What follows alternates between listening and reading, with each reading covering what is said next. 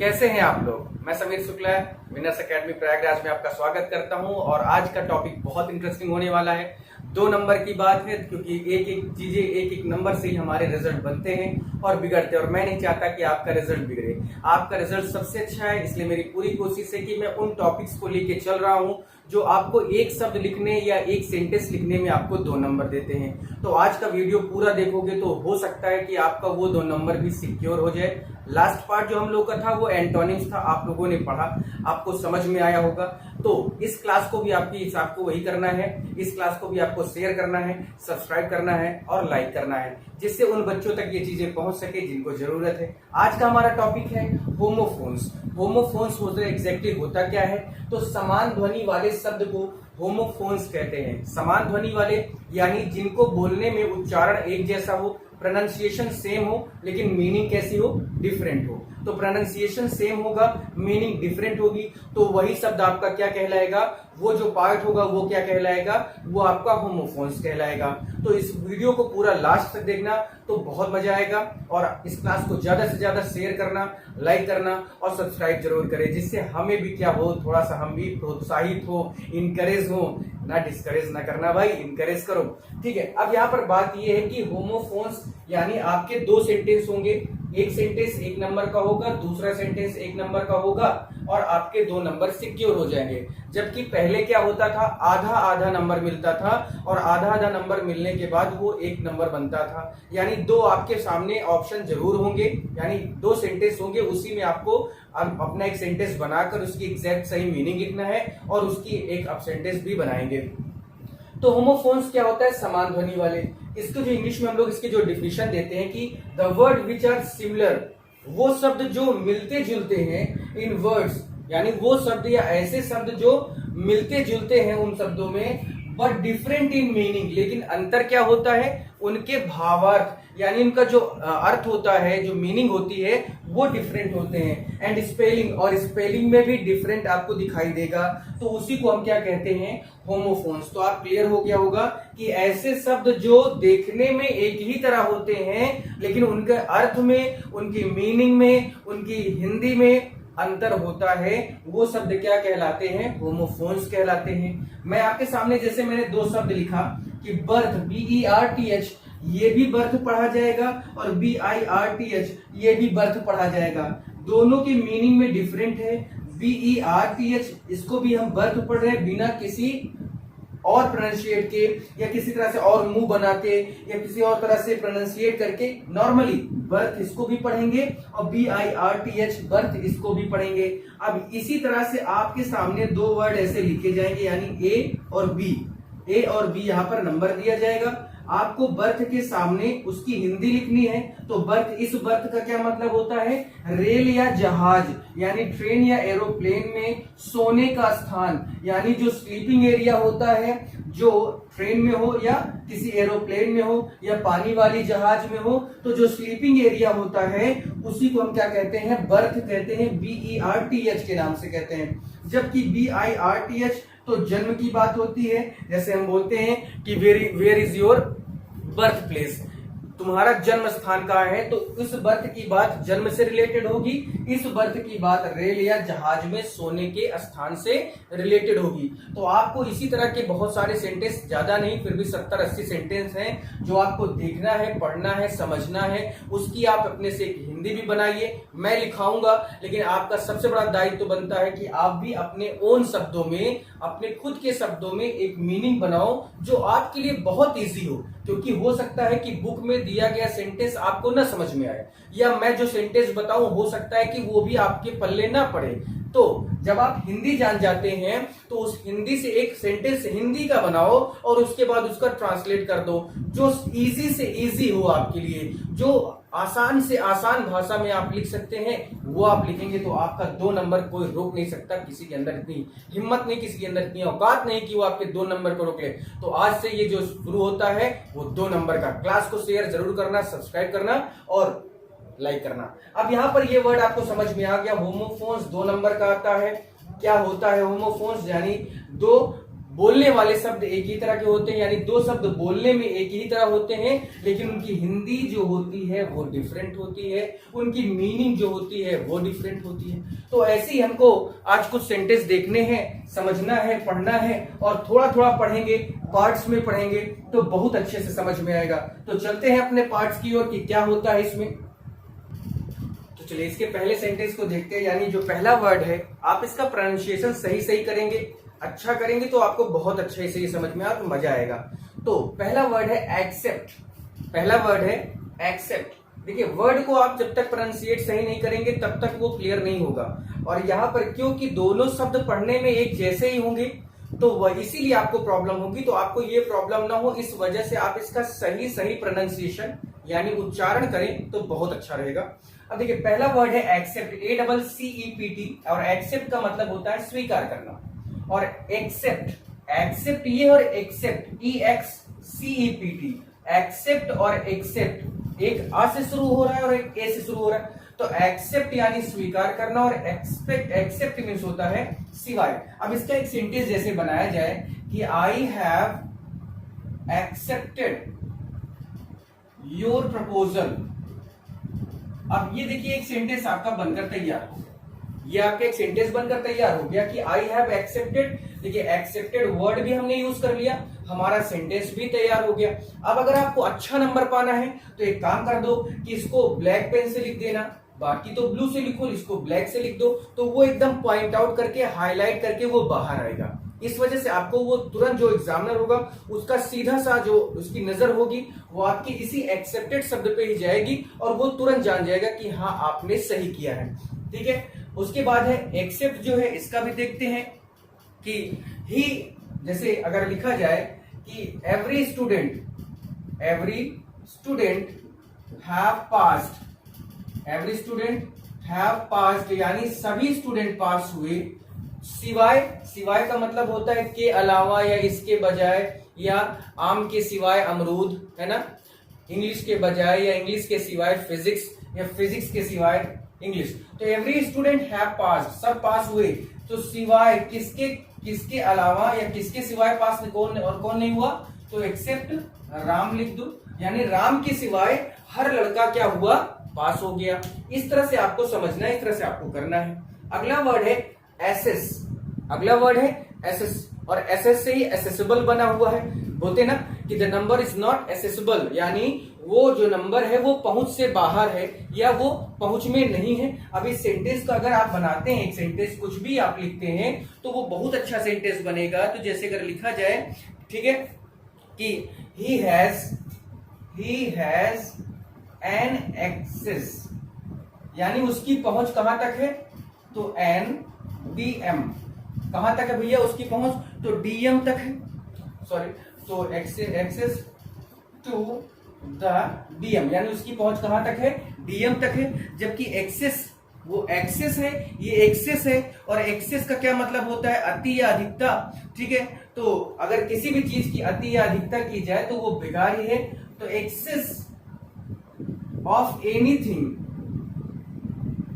यानी किसी भी चीज की अधिकता क्या है, इज बैड, क्या होती है, खराब होती है। फिर यानी कोई भी चीज अति से ज्यादा, यानी जितनी जरूरत है उससे ज्यादा हो जाती है तो वो खराब होती है। अगला वर्ड है हमारा अफेक्ट, और दूसरा है इफेक्ट। अफेक्ट मीन्स होता है प्रभाव डालना, अफेक्ट मीन्स होता है प्रभाव डालना।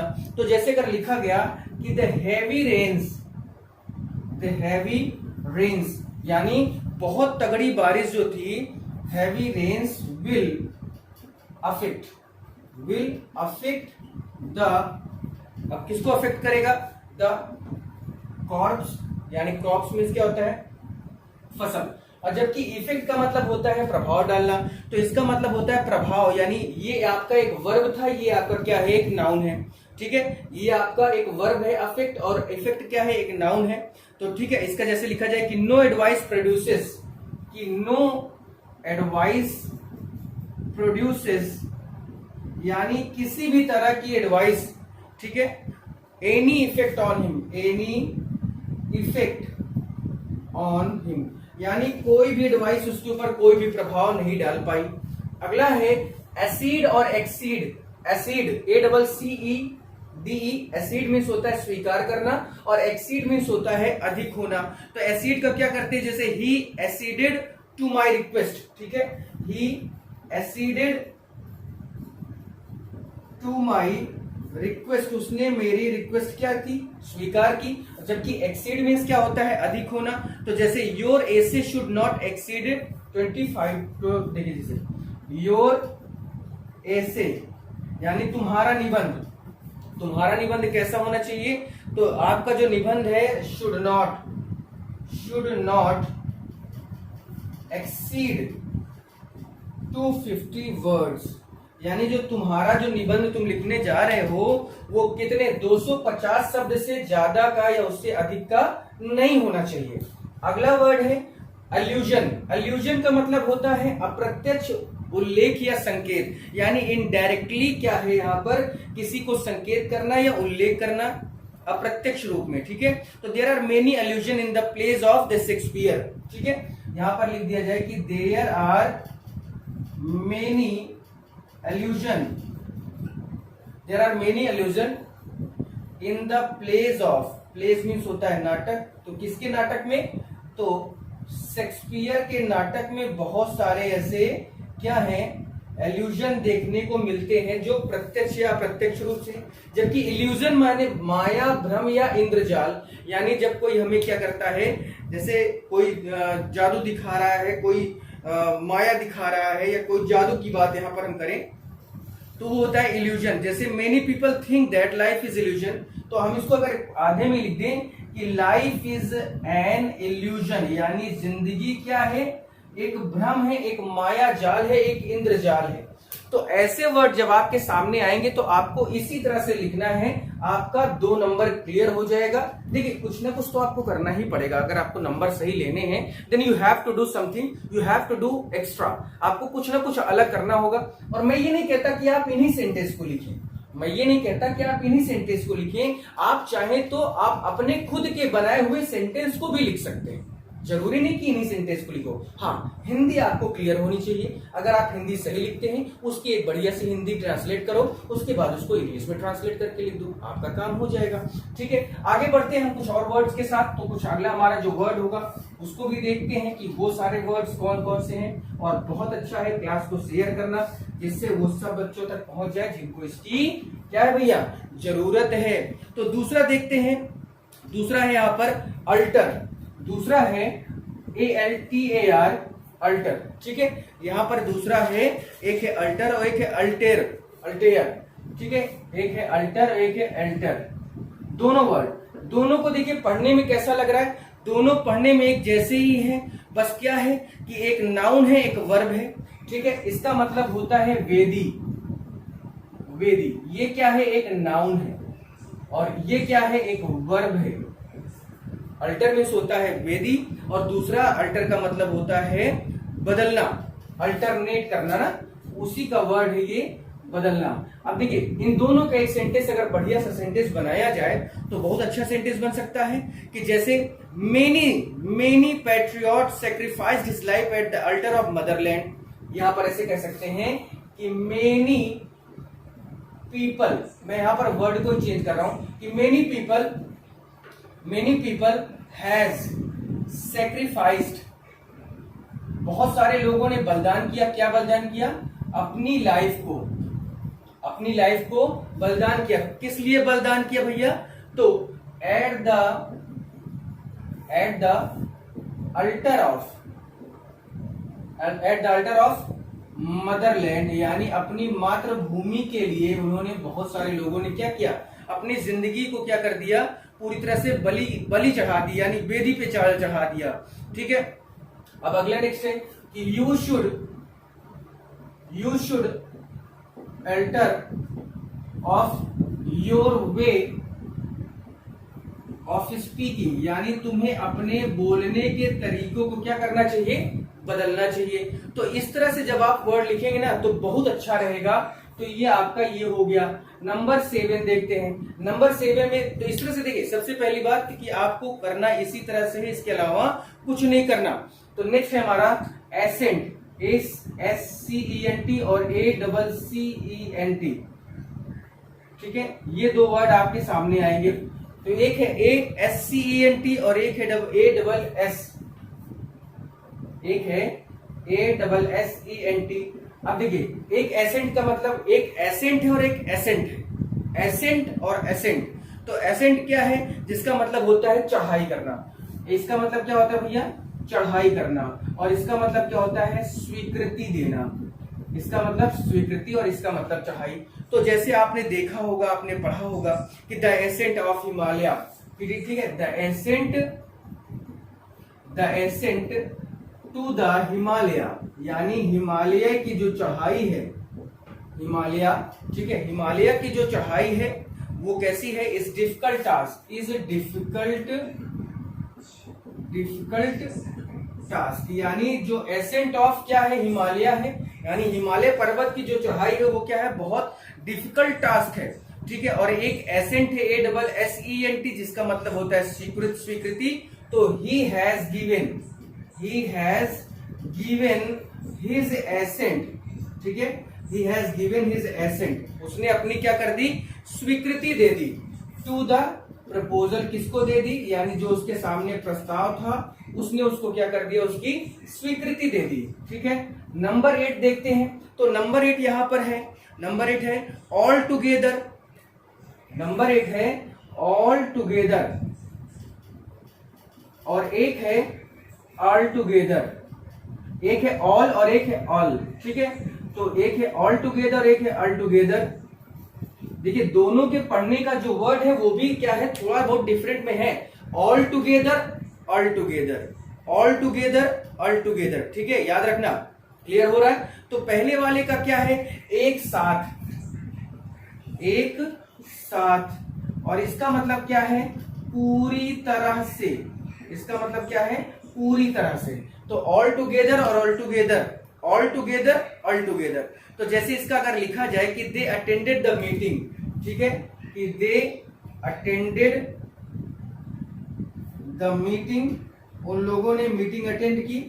ठीक है, तो विथ ऑल टुगेदर, यानी साथ साथ मीटिंग अटेंड की। लेकिन ऑल टुगेदर क्या है, तो ऑल टुगेदर माने यार पूरी तरह से। तो अगर इसका लिखा जाए कि he all together at fault, he all together at fault, यानी उसकी गलती क्या है, पूरी तरह से उसी की गलती, इसमें किसी और की गलती नहीं है।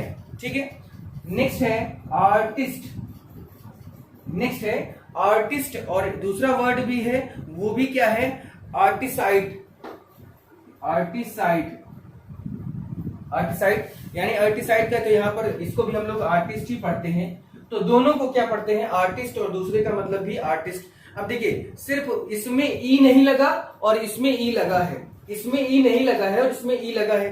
तो एक का मतलब तो क्या होता है, कलाकार होता है, जबकि दूसरे का मतलब होता है प्रोफेशनल कलाकार। अब देखिए, दोनों में कलाकार और दोनों का मतलब कलाकार, इसका मतलब भी और इसका मतलब भी, लेकिन दोनों में अंतर क्या है ये हमें समझना है।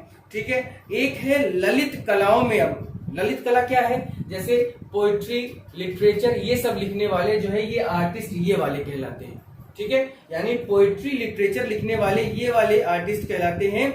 जबकि ये जो आर्टिस्ट है ये क्या है, ये ड्रामा, यानी पेशेवर जो कलाकार होते हैं, जिनका पेशा ही, जैसे टीवी एक्ट्रेस जो होते हैं। दो तरह के आर्टिस्ट होते हैं ना, एक जो किताबें लिखते हैं और एक आर्टिस्ट होता है जो किताब में जो लिखा है उस पे एक्ट जो करता है। तो ये किताब वाला है जो लिख रहा है, और ये क्या है, जो किताब में लिखे हुए को क्या कर रहा है, उसको परफॉर्म कर रहा है। तो इसका मतलब भी क्या है, कलाकार है, और इसका मतलब भी क्या है भैया, कलाकार है। अब दोनों में अंतर मैंने आपको बता ही दिया कि ये क्या है, ललित कलाओं वाला कलाकार है, यानी जो पोएट्री लिटरेचर लिखते हैं वो कलाकार है। और ये कलाकार कौन सा है, जो उन्हीं पोएट्री लिटरेचर में जो लिखा है उस पे एक्ट करता है, उसको ये कलाकार कहते हैं। ठीक है, अब जैसे एक सेंटेंस इसका लिखा जाए तो क्लियर हो जाएगा कि poet and magician are artist, कि poet and magician are artist, एक ये हो गया। और उसके बाद है the dramatic company head, the dramatic company, the dramatic company head, ठीक है, dramatic company head mean a number of artist, ठीक है। तो इस तरह से आपको समझना है, इस तरह से आपको लिखना है, इस तरह से आपको करना है। आगे देखते हैं और कुछ देखते हैं इस पे और क्या हो सकता है। नेक्स्ट आगे बढ़ते हैं। जो 10वां है हमारा वो है बर्थ, BERTH। बर्थ मीन सोना होता है सोने का स्थान। सोने का स्थान का मतलब कहीं भी सोना, कुछ भी सोना, यानी सोने का जो प्लेस होगा वो बर्थ कहलाता है। और स्पेशली बात यहाँ पर यूज किसके लिए किया जा रहा है, तो वो है ट्रेन और प्लेन के लिए। तो ट्रेन या प्लेन के लिए, यानी जब ट्रेन या प्लेन में सोना है तो वो जो सोने वाली जो जगह है, यानी जो स्लीपिंग एरिया है, उसको क्या कहते हैं, बर्थ कहते हैं। कि ही रिजर्व बर्थ ऑफ या ऑफ यहाँ पर ना हटा देते हैं, तो he reserve berth in the Punjab mail. उसने बर्थ में क्या किया, रिजर्व कर लिया, बर्थ में पंजाब मेल में उसने बर्थ क्या किया, रिजर्व कर लिया। अगला है बर्थ मीन्स जन्म होता है। तो what is your date of birth, what is your date of birth, हम लोग नॉर्मली भी पूछते हैं कि तुम्हारी जन्म तिथि क्या है या किस दिन तुम पैदा हुए। नेक्स्ट है बेल, BALE, बेल का मतलब होता है गांठ, गांठ यहाँ पर जो बांधते हैं हम लोग। और BAIL बेल, जिसका मतलब होता है जमानत। तो एक का मतलब होता है BALE होता है और एक होता है BAIL। दोनों को पढ़ने में उसी तरह लग रहा है बेल और बेल, लेकिन दोनों में अंतर है, उसके वर्ड्स में अंतर है, उसकी मीनिंग में अंतर है। तो गांठ वाले में क्या है कि he received 2 bales of cotton, he received 2 bales of cotton, यानी कॉटन का जो कपड़ा था उसमें उसने 2 गांठ पाई। और दूसरा है कि he was released on bail, यानी उसे जमानत पर क्या किया गया, उसे रिहा किया गया, किस पर, जमानत पर। तो रिलीज मीन्स होता है रिहा करना और ऑन बेल यानी जमानत पर।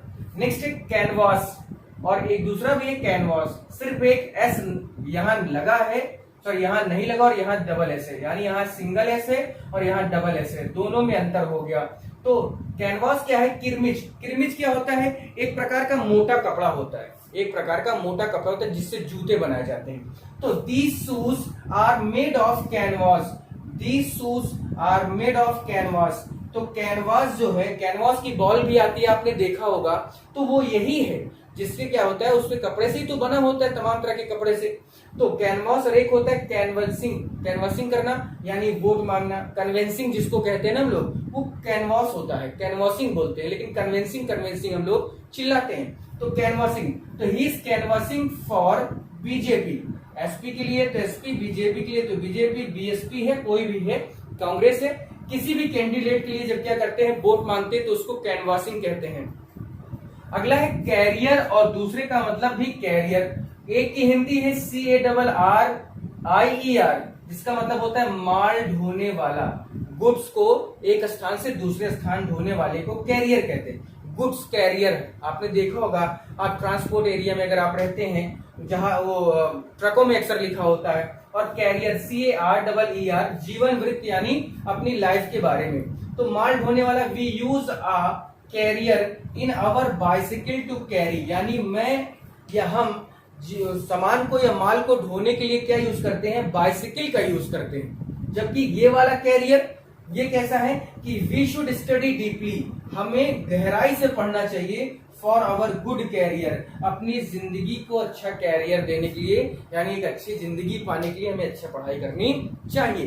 अगला है कॉम्प्लीमेंट, कॉम्प्लीमेंट का मतलब है पूरक और कॉम्प्लीमेंट का मतलब है सम्मान। अब देखिए दोनों में केवल एक ही चीज का अंतर है कि यहाँ एल के बाद ई है और यहाँ एल के बाद आई है, ठीक है। इस कॉम्प्लीमेंट का मतलब पूरक, यानी the verb must take a complement after it, यानी वर्ब के बाद हमेशा एक वर्ड ऐसा आता है जो उसका पूरा करने के लिए होता है। तो वर्ब के बाद आता क्या है, ऑब्जेक्ट, वो आपको पता ही है। तो the verb must take a complement after it, और यहाँ पर कॉम्प्लीमेंट जो सम्मान वाला है कि थैंक्स फॉर कॉम्प्लीमेंट, यानी तारीफ करने के लिए या सम्मान करने के लिए शुक्रिया या धन्यवाद। तो चलते हैं आगे बढ़ते हैं, आगे बढ़ने में क्या है उसको भी देख लेते हैं। तो आज का तो बहुत ज्यादा जो वही दिक्कत करेंगे, लेकिन हाँ पार्ट में पढ़ेंगे तो अच्छा लगेगा, मजा भी आएगी, ठीक है। आगे देखते हैं, तो आगे देखते हैं। पहले लास्ट हमारा जो नंबर 15 है वो है कॉर्प्स। कॉर्प्स मीन्स होता है सेना की टुकड़ी, तो जैसे से, और इसका मतलब होता है कॉर्प्स, दोनों का मतलब होता है कॉर्प्स, यानी अंतर क्या है ई का और ई गन न लगने का। तो he has joined national cadet corps, NCC जिसको कहते हैं। और कॉर्प्स मीन्स होता है मानव शरीर, यानी शव, यानी मरे हुए व्यक्ति का जो शरीर होता है। तो the corps was burned, burned means जला। तो जो उसका शरीर था, यानी जो मृत शरीर थी, वो पूरी तरह से बर्न थी, जली हुई थी।